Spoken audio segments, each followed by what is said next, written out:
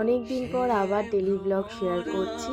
আর আজকে আমাদের বাড়িতে এই ফুলটা ফুটেছে, সেই ফুল দেখেই ভিডিওটা শুরু করলাম।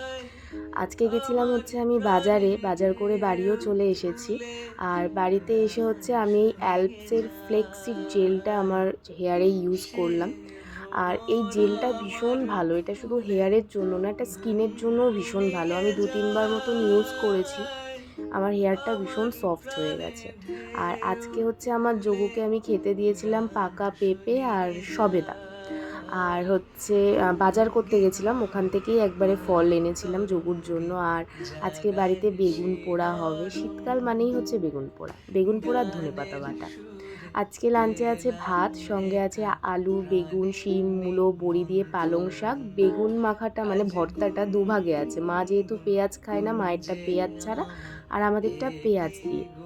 আর বাটা মাছের ঝোল। আর এনাকে দেখো, এনার নাম ভুতু। উনি আজকে আমাদের দোকানে এসেছিল। ও এত চঞ্চল, আবারও মেকআপ করেছে, মানে কাজলের টিপ পরেছে, ভীষণ মিষ্টি ছিল।